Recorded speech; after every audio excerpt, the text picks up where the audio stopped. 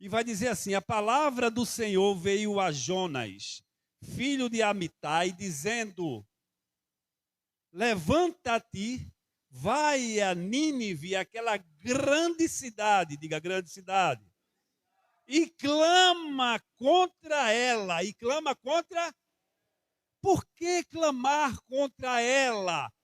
Ontem foi a pergunta que eu fiz na célula. Por que eu devo clamar contra ela? Geralmente a gente clama a favor, em favor de alguma coisa. Mas por que Deus manda clamar contra? Deus diz: clama a mim que eu te responderei. Aquele que me busca achar, vai achar. Então clama contra aquela cidade. E ele mesmo responde: pois a sua maldade subiu diante de mim.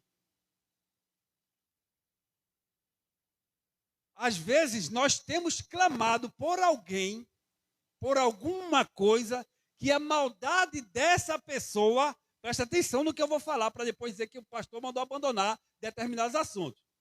Às vezes nós estamos clamando por alguma pessoa: Senhor, converte, Senhor, ajuda, Senhor, cura. Mas a maldade daquela pessoa ou determinada situação já chegou diante do Senhor. E a hora não é de clamar a favor e sim contra. Entregar nas mãos de Deus. Tomar a atitude de entregar na mão de Deus é fazer exatamente o que o Deus quer. Quando eu clamo, não que eu tenha poder para isso, eu vou mexer alguma coisa, não, mas o Senhor, ele não é que ele seja impedido de agir da maneira dele, mas o clamor, ele move o mundo espiritual. O clamor, ele move o mundo espiritual. Você lembra, ontem eu falei lá que Daniel estava precisando de uma resposta e foi orar. Orou quantos dias? 21 dias. Quando ele estava orando no 21º dia, desceu o anjo do Senhor e disse: Daniel, a tua oração foi ouvida desde o início. Porque também lá em Salmos 139, como nós lemos, o Senhor já sabe antes mesmo de abrirmos a nossa boca o que nós vamos falar. Daniel, eu já ouvi a tua oração.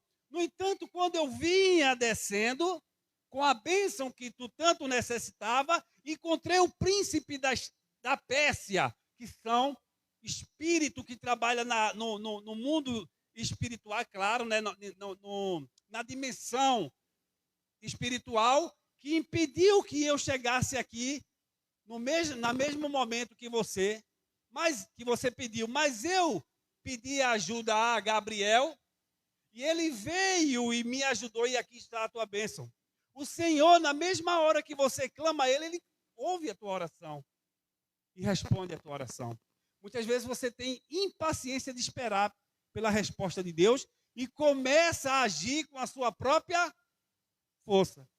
Daniel esperou pacientemente 21 dias pelaquela resposta, e o Senhor mandou a resposta que ele tanto necessitava. Então, quando nós clamamos, o Senhor ouve. Mas a gente tem que ter a percepção se o nosso clamor, ele é um benefício simplesmente para que eu fique bem, ou se é aquilo que realmente o Senhor quer fazer. Porque eu posso clamar por algo, vou dar um exemplo bem grotesco e que muita gente necessita, de dinheiro. Eu posso clamar a Deus: Senhor, ajuda-me na minha vida financeira, por favor. Eu posso. Ele é o meu pai, ele tem todo o ouro e toda a prata é dele. Eu posso clamar por saúde, sim, mas quando ele mandar isso, vai servir só para mim ou para o reino dele também vai se beneficiar disso? Quando a saúde chegar até a mim, o reino do Senhor, ele vai ser propagado através da minha vida, quando eu estiver com saúde. Quando o dinheiro que chegar até a mim, eu vou só cuidar da minha vida, eu vou cuidar da vida dos meus irmãos também. Então existe um clamor que ele pode ser feito de maneira errada. Quando vamos clamar, devemos consultar ao Senhor. Senhor, eu devo clamar por isso? sim ou não, e ele vai dizer se sim ou se não. Então, o Senhor pede que o profeta clame contra a cidade de Nínive. Então, pois chegou a sua maldade, subiu diante de mim. E no verso 3, ele vai dizer: mas Jonas se levantou para fugir para Tarsis, longe da presença do Senhor, e desceu a Jope, onde encontrou um navio que ia para Tarsis. Pagou, pois, a sua passagem e desceu para dentro dele, para ir com eles para Tarsis, longe da presença do Senhor. Deus disse a Jonas: vai para Nínive, e ele compra uma passagem de navio e vai para Tarsis. Ele tenta ir para Tarsis e se esconde no fundo de um navio, achando que o Senhor não consegue vê-lo. Que tolice é nossa. Deixa eu te falar uma coisa aqui. Quer um transtorno na tua vida? Quer um transtorno na tua vida? Foge da vontade de Deus. Vê o que é que vai acontecer. Vê o que é que vai acontecer. Mas o Senhor mandou um grande vento ao mar. Mandou um grande vento aonde? Ao mar. E fez-se uma poderosa tempestade no mar, de modo que o navio estava pronto para ponto de quebrar-se. Então os marinheiros foram ficando com medo, e cada homem clamou seu próprio Deus. Um clamava a Maria, outro a José, e assim ia, né? E lançaram as cargas que estavam no navio ao mar para aliviarem. Mas Jonas desceu ao porão do navio e deitado, dormiu profundamente. O Senhor te chama, o Senhor te dá uma ordem para que você vá para Nínive, clamar contra aquele lugar, e o Senhor dá todo o direcionamento. Você não vai para Nínive, você pega um navio, se esconde dentro do navio, e esse navio tem outro destino, que é Tarsis. E você, cara, eu e você, eu não vou falar você para você pensar que eu estou falando pessoalmente com você. Eu sou cara de pau de me deitar e dormir profundamente, como se Deus não tivesse falado nada comigo. Eu vou lá e me deito no cantinho do navio, que nada, eu quero saber de Deus.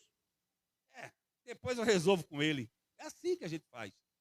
Ele tem dado uma ordem para você, ele tem dado um direcionamento para você, mas você tem fugido e você deita e dorme profundamente, como se nada tivesse acontecido. Mas por conta da sua e da minha inconsequência, ele vai falar mais assim: e o mestre do navio, ou comandante do navio, dirigiu-se a ele e disse-lhe: que tens, ó dorminhoco? O que é que tu tem, dorminhoco? Uma bronca desse navio quase se despedaçando, não vai tu aí no sono? Levanta-te e clama ao teu Deus, pelo menos clama. E talvez ele lembrará de nós, para que não morramos. E disseram, cada um ao seu companheiro: vinde e lancemos sorte, para que saibamos por que causa esse mal está sobre nós. E lançaram a sorte, e a sorte caiu sobre Jonas. É como se tivesse 100 homens dentro do navio, botasse o nome dentro de um baldezinho lá escrito: vamos ver, Deus agora vai, e Deus participasse do sorteio. Ele não gosta de sorteio, né? Mas na hora de falar a verdade, ele se meteu no negócio. Quando tiraram o nome, esse nome aqui é Jonas, que está no... É Filipe, que está desobedecendo. É Elias, é o pastor que ele está desobedecendo.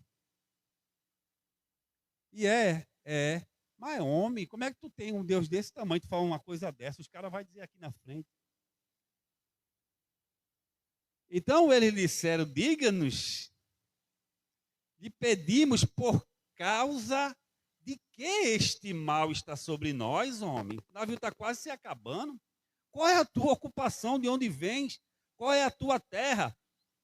E de que povo tu és? E ele disse: eu sou hebreu e temo ao Senhor. Teme nada. Como é que tu diz que tu teme ao Senhor e faz uma coisa dessa? Eu dizia logo, tu teme nada, deixa esse caba sem vergonha, rapaz. Mas Felipe, deixa de tu sem vergonha, isso, Felipe.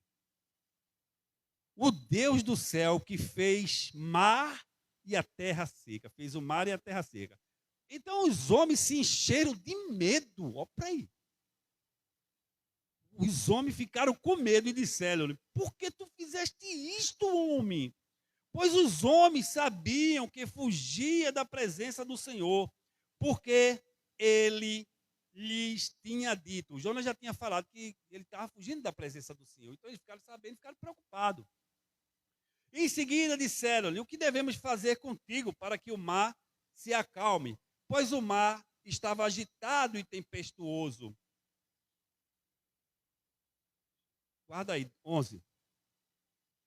Veja só. Uma desobediência, uma fuga de rota, o que é que trouxe? Desespero para um monte de pessoas que não tinha nada a ver. Não tinham nada a ver com aquela situação, aqueles homens. Trouxe medo, desespero. Chegar ao ponto de esvaziar o navio com seus pertences, provavelmente riquezas, provavelmente tesouros que eles tinham guardado, ouro, prata, seus bens materiais. Provavelmente tudo aconteceu naquele navio, com medo que aquele mal que estava se sucedendo naquele momento viesse sobre ele, achando que o navio estava pesado, mas estava pesado de uma desobediência causada por um homem. Aí você diz assim: o que é que eu tenho a ver com isso? Eu vou te dizer. O que é que eu e você temos a ver com isso? Quando o Senhor nos dá uma rota, meu irmão, a gente tem que seguir essa rota. É desagradável, né? Jonas também achou. Mas quando você sai dela, você causa um transtorno não só na tua vida, mas na vida de outras pessoas que não tem nada a ver com a tua história. As pessoas vão morrer, as pessoas vão passar mal, as pessoas vão ter medo. E você é o culpado porque você está fora de rota. Você fugiu da vontade do Senhor. Você escolheu viver a sua própria vida ao invés da vontade do Senhor Jesus. É duro? Mas é verdade. Quando nós saímos da vontade de Deus, a desgraça vem sobre a nossa vida. Vem sobre a nossa vida. E o que é que acontece? Quem está ao redor da gente, perto, sofre. Sofre. Os marinheiros ficaram: homem, por que tu fizesse isso? Por que tu fizesse isso, homem? O que é que o Senhor quer comigo e com você essa noite? Ele quer que nós recalculemos a nossa rota. Ele quer que a gente volte para a rota que Ele determinou para cada um de nós. Não podemos viver do nosso jeito, da nossa maneira. Nós estamos falando de coisas espirituais. Quando eu sou carnal, eu não entendo, de fato. Se você está aqui essa noite, você não consegue compreender porque você ainda não é espírito, não é espiritual, você é carnal. Se você vai sair daqui esta noite, dentro de uma rota que você fez para você mesmo, eu quero dizer que essa rota vai prejudicar você e aqueles que estão ao teu redor. O navio onde você estiver, a casa onde você estiver, o lugar onde você estiver vai ser afetado por conta da sua desobediência a Deus. Parece brincadeira, né?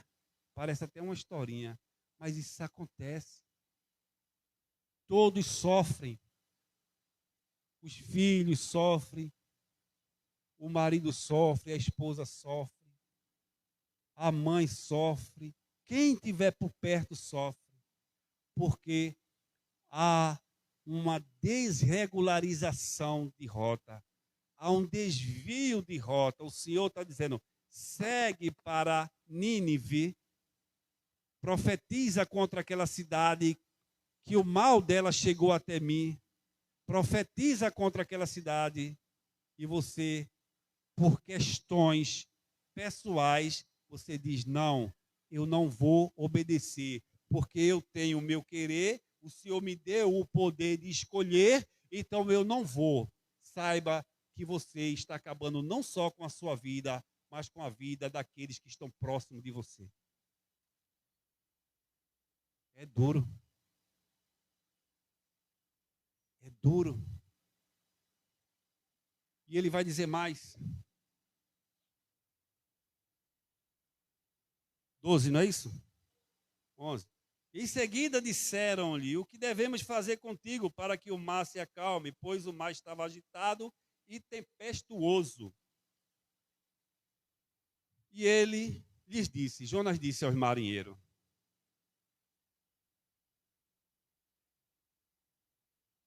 levantai-me e lançai-me ao mar, para que ele se acalme, pois eu sei que é por minha causa que esta grande tempestade está sobre vós. Por minha causa, vocês estão sofrendo. O profeta reconheceu que era por conta dele que todos estavam perecendo, morrendo, sofrendo e desesperados. Você sabe o que é estar em alto mar? Quem já andou de navio aqui para o alto mar? Eu também não, mas eu já entrei num barco, já fui até certo ponto, né? E quando a gente não sabe nadar, o coração fica desse tamanho, aquele barquinho ali. Nina mesmo não gosta nem de entrar. Eu digo, vamos no Recife Antigo atravessar ali. Ela levou nada, eu tenho medo de atravessar de um lado para o outro, no barquinho. Por quê? Medo. Agora imagine isso em alto mar. Pessoas experientes, pessoas que já estavam acostumadas a ter medo. Porque eles sabiam também, a partir do momento que ele descobriu que ali havia um profeta, ele sabia que o posicionamento de Deus era infativo, era algo que ia realmente mexer com todo mundo. Ele ia matar todo mundo. Vai não, Jonas? Vai ficar aí? Eu vou ter que virar esse navio. Você vai sair daí, porque para ele já havia um submarino, né? Um submarino que era o peixe grande, que a gente vai ler agora. 12, não é? Então os homens remaram forte para trazer o navio à terra, mas não conseguiram, pois o mar estava agitado e tempestuoso contra ele. Por isso, quando clamaram ao Senhor e disseram, nós te rogamos, ó Senhor, nós te rogamos que não nos deixe perecer por causa da vida deste homem, e que não ponha sobre nós sangue inocente, pois tu, ó Senhor, fizeste o que desejavas. Então levantaram Jonas e lançaram ao mar, e cessou o mar da sua fúria. E os homens tiveram grande temor ao Senhor, e ofereceram-lhe sacrifício e fizeram-lhes voto. Mas o Senhor havia preparado um grande peixe para que engolisse Jonas, e ele estava no ventre do peixe 3 dias e 3 noites. Então, os homens, clamaram ao Senhor, e foi lançado Jonas depois, lançaram Jonas ao mar, e o mar da fúria, a fúria de Deus, o vento tempestuoso, todo o medo, tudo aquilo que estava trazendo transtorno, tudo aquilo que estava trazendo desequilíbrio emocional, tudo aquilo que estava trazendo desespero, acabou. Porque foi recalculado a rota. A partir do momento que Jonas estava dentro d'água, ele desceu para o fundo. Eu até falei isso. Ele desceu para o fundo do navio e dormiu tranquilamente, né? Profundamente. Aí Deus disse, quer descer? Então vou descer mais. Agora eu vou mandar um submarino, um peixão submarino para te comer. Agora desce mais, para tu aprender. E ele passa 3 dias e 3 noites dentro daquele peixe. E ele vai dizer assim, ó. Jonas no ventre do... É o título. Jonas no ventre do grande peixe, sua oração e seu salvamento. Eu acho tão interessante. Eu já busquei tantos teólogos para entender essa parte. Mas veja só. Vou ler aqui para vocês, tá? Talvez a Bíblia esteja diferente. Jonas orou ao Senhor, o seu Deus, do ventre do peixe. Ele estava dentro do peixe. Ó Senhor, ele orou lá dentro do peixe. Eu não sei se ele estava em pé, deitado. Ele orou. Amém? Do ventre do inferno e disse, clamei ao Senhor da minha aflição e ele me ouviu. Do ventre do inferno clamei e tu me ouviste a minha voz. Vou ler em outra tradução aqui, tá certo? Então, de dentro do peixe, Jonas orou ao Senhor, o seu Deus, e disse, em minha angústia clamei ao Senhor e ele me respondeu. Na parte B vai dizer, gritei da terra dos mortos e tu me ouviste. Deixa eu ver se ele diz aqui, gritei, pois tu me lançaste na profundeza dos mares e as correntes das águas me cercaram. Todas as tuas vagas e as tuas ondas passaram sobre mim. E eu disse, estou lançado diante dos teus olhos, todavia tornei-me a ver o teu santo templo. Ele vai dizer que do mundo dos mortos, ou ele se sentiu morto, estou perdido. Sabe aquela situação que a gente diz, não tem mais jeito? Do mundo do morto eu clamei ao Senhor, ou ele morreu de fato. Eu não consegui ver um teólogo explicando exatamente como seria isso.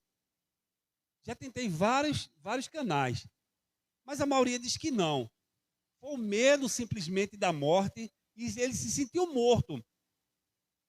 Quem já teve a sensação de morrer afogado aqui? Uma vez já aconteceu comigo na praia de Boa Viagem, eu tentando chegar na pedra e perdi as forças.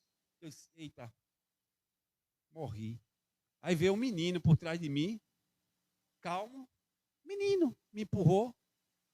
Calma, eu era um jovem, calma, rapaz. Me empurrou para as pedras, eu segurei, obrigado. Fiquei lá pensativo. E o menino está aqui, a areia, está bem aqui. Mas o desespero, o medo, trouxe a impressão para mim que eu estava nu. Pode ser isso aqui. Porque o cara já estava dentro do mar, dentro de um peixe, e ele sentiu que tinha chegado ao fim. Onde eu quero chegar nisso tudo, eu posso ler até o final, deixa eu ver aqui, é 8h30 ainda, 7h30 ainda, vai até as 8 da noite. Eu vou ler até o final porque é pequeno, tá? Capítulo 2. Verso 2. E disse, clamei ao Senhor na minha aflição, e ele me ouviu de dentro do ventre, do inferno clamei, e tu ouviste a minha voz. E aqui nessa tradução é mais forte, ele diz, do inferno clamei. Ele pode estar usando o eufemismo, que é uma maneira de falar. Sabe aquela pessoa, estou vivendo um inferno, não tem, né? Minha vida está um inferno, não tem pessoas que dizem isso, né? Pode ser que ele tenha usado esse termo também. E do inferno eu clamei, e tu me ouviste a minha voz, pois tu me lançaste no profundo, no meio dos mares, e as correntes das águas me cercaram, pois as tuas vagas e as tuas ondas passaram sobre mim. E eu disse, estou lançado diante dos teus olhos, todavia tornarei a ver o teu santo templo. Ele pensou, eu vou voltar. As águas me cercaram até a alma, o abismo me rodeou, e as algas estavam enroladas na minha cabeça. E eu desci até fundamentos das montanhas da terra. Com os seus ferrolhos estava sobre mim para sempre, mas tu fizeste subir a minha vida da corrupção, ó Senhor meu Deus. Quando a minha alma desfalecia em mim, lembrei-me do Senhor e minha oração entrou a ti. No teu santo templo, os que observam as falsas vaidades desprezam a sua misericórdia. Os que observam as falsas vaidades ou a vaidade desprezam as misericórdias de Deus. Parece um provérbio, né? Mas eu ofereci sacrifício a ti com a voz do agradecimento e pagarei o que votei. A salvação é do Senhor. E ele fez ali vou ler até aqui.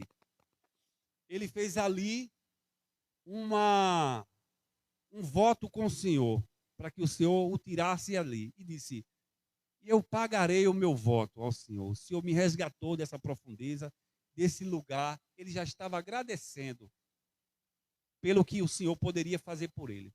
E daí a gente já sabe que a história vai ser, ele vai ser levado a Nínive pelo peixe, o peixe vai vomitá-lo, vai cuspir, vai fazer alguma coisa lá, vai deixar ele lá, o submarino de Deus.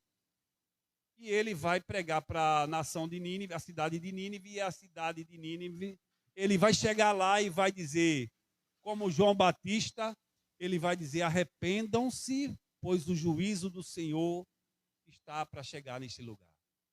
Para não ficar em minhas palavras, a palavra do Senhor veio a Jonas no capítulo 3, pela segunda vez, dizendo, levanta-se e vai a Nínive, grande cidade.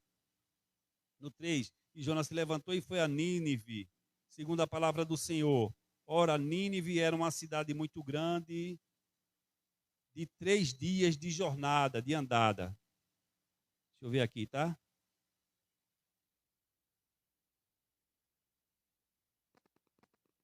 Vamos parar por aqui. Jonas, ele foi lá, pregou para toda a cidade. E a cidade que ele não queria ir pregar, a cidade que ele não desejava, a cidade que ele criou raiva. Ele tinha problema com Nínive, porque exatamente o povo de Nínive tinha acabado com a vida dos pais dele. Ele não aceitava ir para Nínive. É o que acontece comigo e com você. Quando os nossos inimigos, quando Deus manda que a gente vá evangelizar os nossos inimigos, a gente diz que não.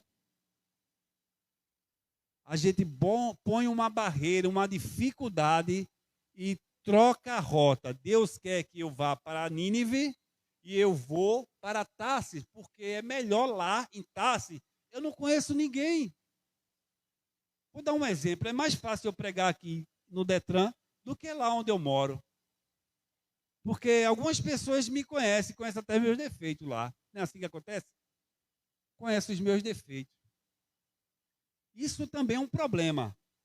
Mas maior problema ainda é quando Deus manda a gente fazer o que ele precisa fazer e a gente diz que não, porque a gente não suporta aquele povo que ele está mandando a gente levar à salvação.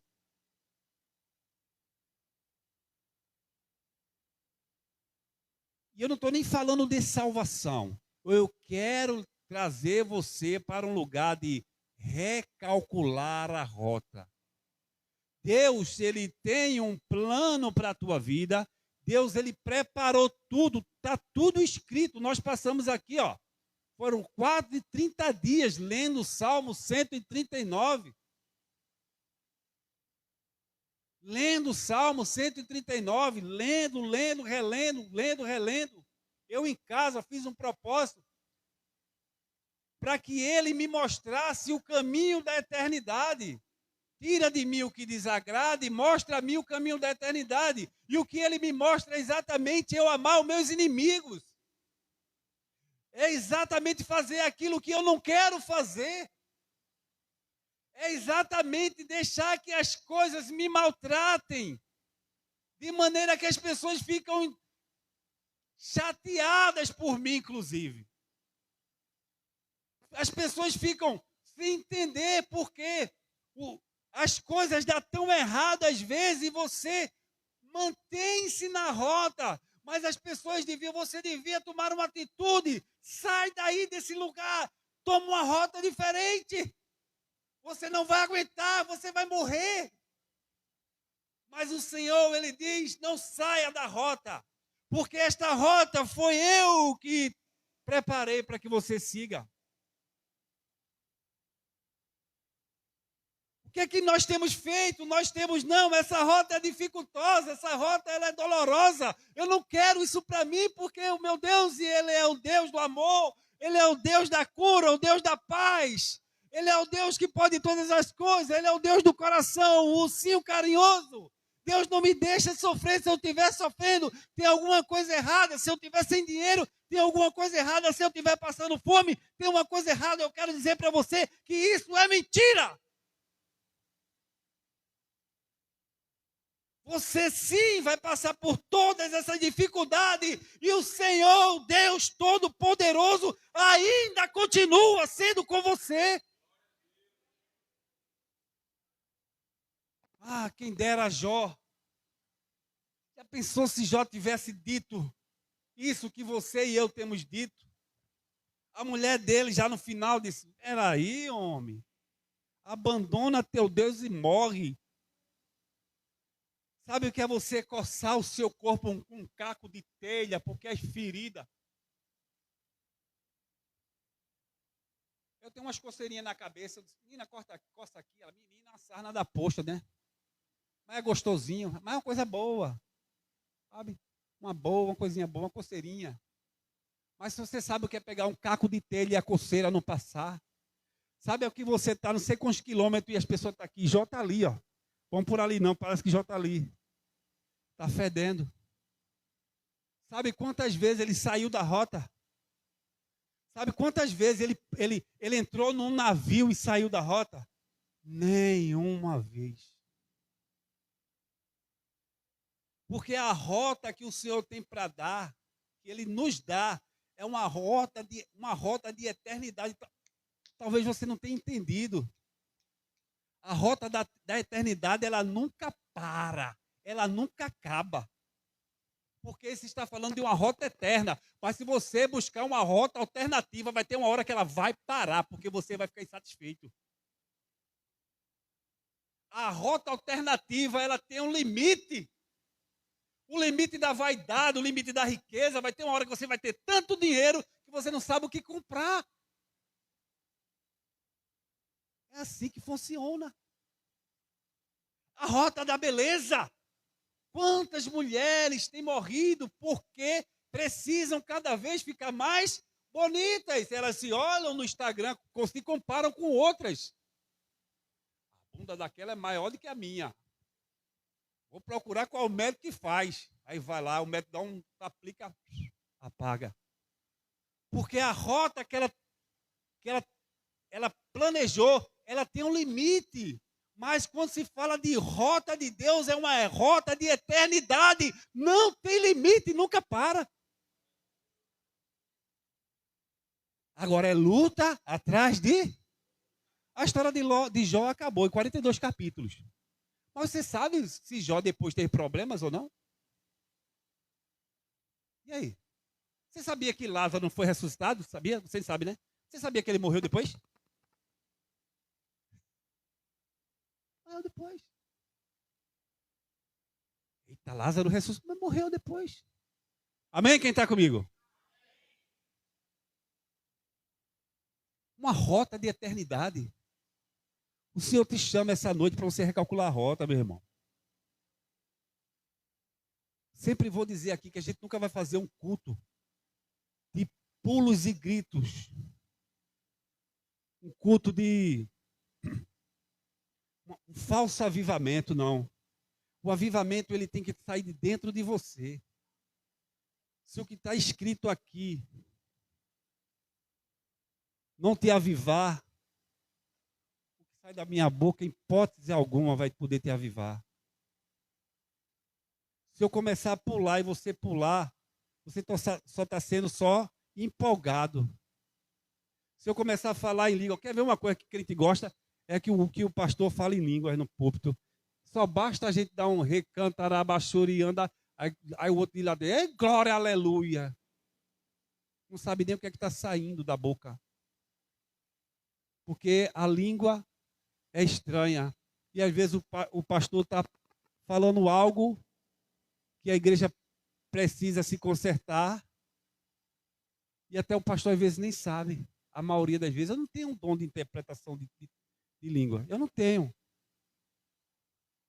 Por isso que eu não saio falando línguas o tempo todo. E você se empolga com a língua, você se empolga com o grito, mas você não se empolga em recalcular a rota de maneira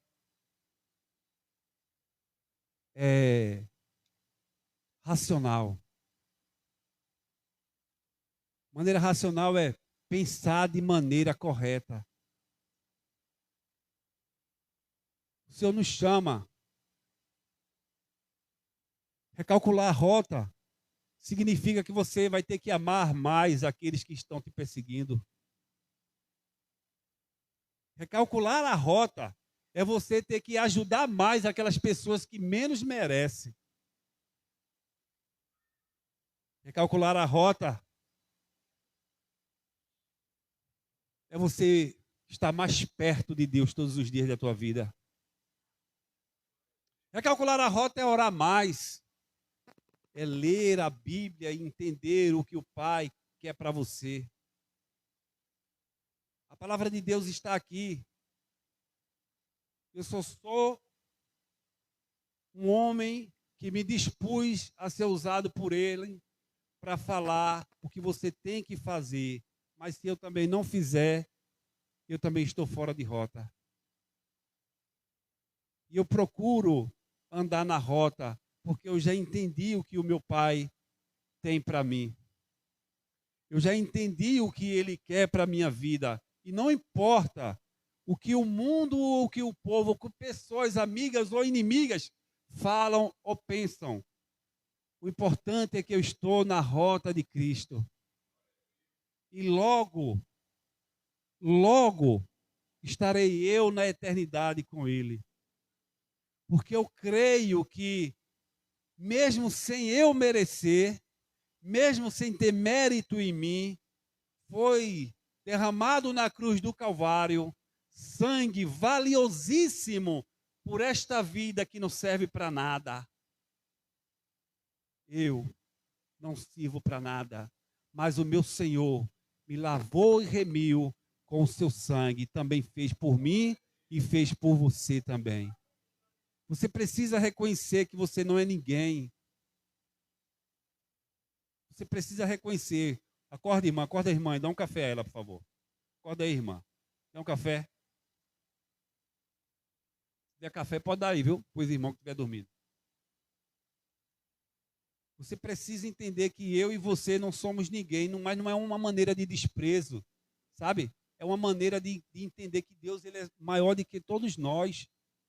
E que nós não somos nada, e de aqui somos todos iguais. Está vendo aquelas piores pessoas? Está vendo aquelas piores pessoas que a gente sabe, vive, e elas estão fazendo mal, preparando 24 horas, mas nós não somos melhores do que ela.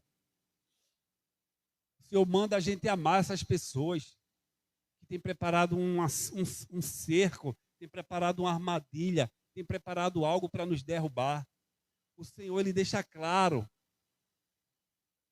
Ouvisses dizer, a gente leu aqui, estamos lendo toda terça-feira a Bíblia, nós usamos essa King James, aqui a versão dela, fiel, traduzida do hebraico, do hebraico para o grego e para o inglês, a mais fiel Bíblia que existe no mundo. Estamos trazendo toda terça-feira aqui um estudo, de 7h30 às 8h30 da noite, onde a gente explica tudo. E nós estamos agora, acabamos o Sermão do Monte, e lá ele fala: ouvisses dizer no Antigo Testamento que aos teus inimigos vocês devem odiar, vocês devem desprezar o seu inimigo.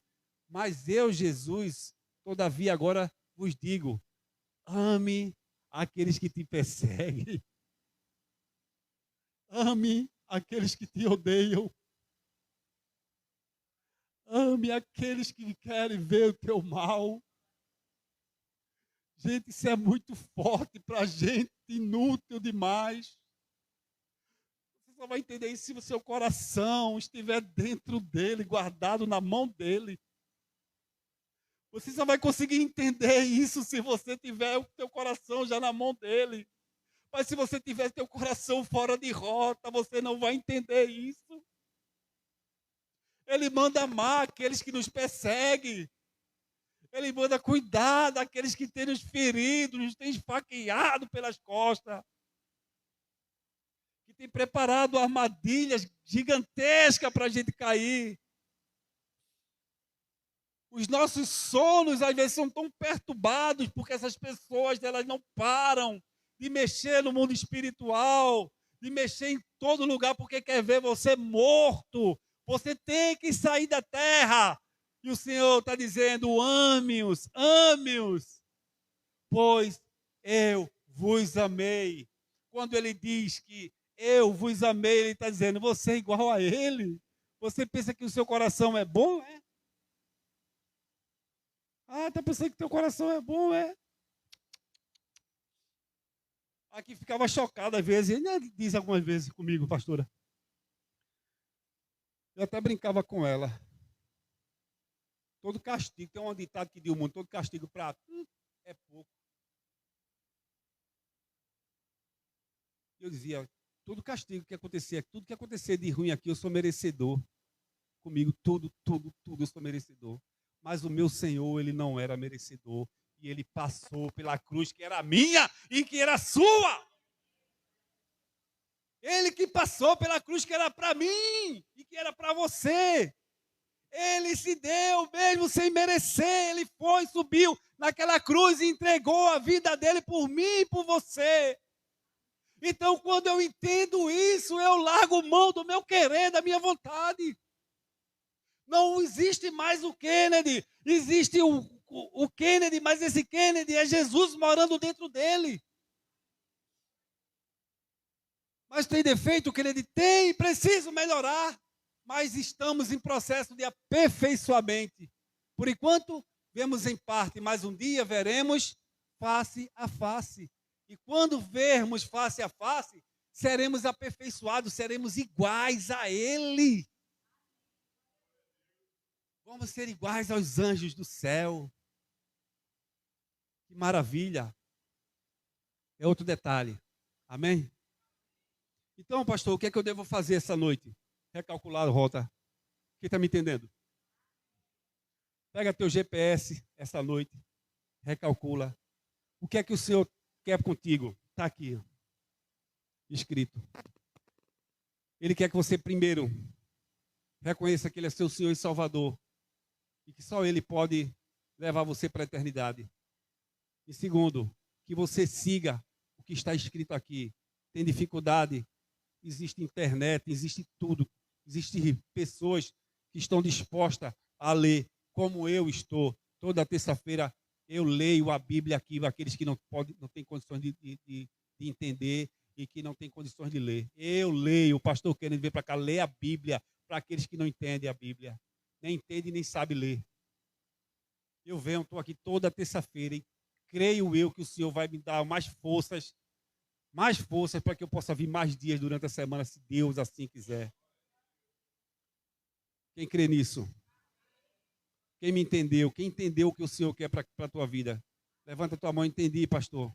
Eu quero fazer uma mudança, uma mudança de rota, Senhor. E queremos só o Senhor, porque Tu és digno de todo louvor, de toda honra e glória. Fica de pé no teu lugar. Já estamos terminando.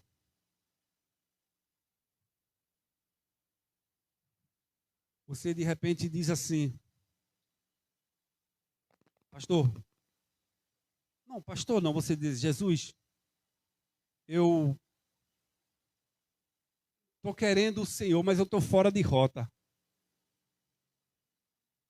Eu estou querendo o Senhor, mas eu tenho andado fora de rota.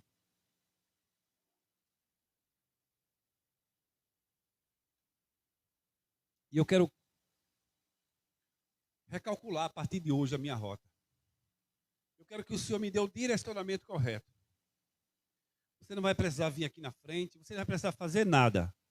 Você vai ficar no teu lugar, mas você vai falar com Ele isso. Mas você vai falar, sabe, de dentro da tua alma. Você vai falar de dentro do teu coração. Porque aqui você só vai ser exposto. Não é isso? Não é assim? Eita, a pastora Francinete estava fora de rota. Pastor Kenny estava fora. Mano, ela está fora de rota. Olha, Elias. E quem não sabe, todos nós somos iguais, amigo. Eu quero dizer a você também que eu também estou nesse mesmo barco que você está aí. Eu preciso recalcular a rota. Mas a gente vai fazer agora um clamor do profundo da nossa alma ao Senhor para que Ele venha nos colocar novamente na rota. Você crê nisso? Pastora, bota uma canção para mim, aquela canção, Nada Mais. Se quiser desligar o Bluetooth aí, eu boto aqui. Fecha teus olhos. Já vai falando com o Senhor. Eu vou pedir para você fechar teus olhos. Não olha para mim. Fecha os olhos, minha irmã. Se segura os olhos fechados.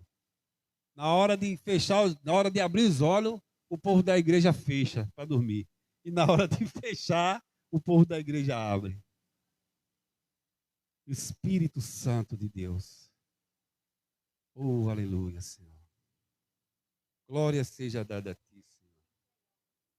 Santo, santo, santo é o Senhor. Digno de todo louvor, de toda honra e toda glória, Pai. Vem fazer com que nós possamos entender, meu Pai, o que de fato é recalcular a rota, Pai. Andar na tua vontade, fazer o teu querer.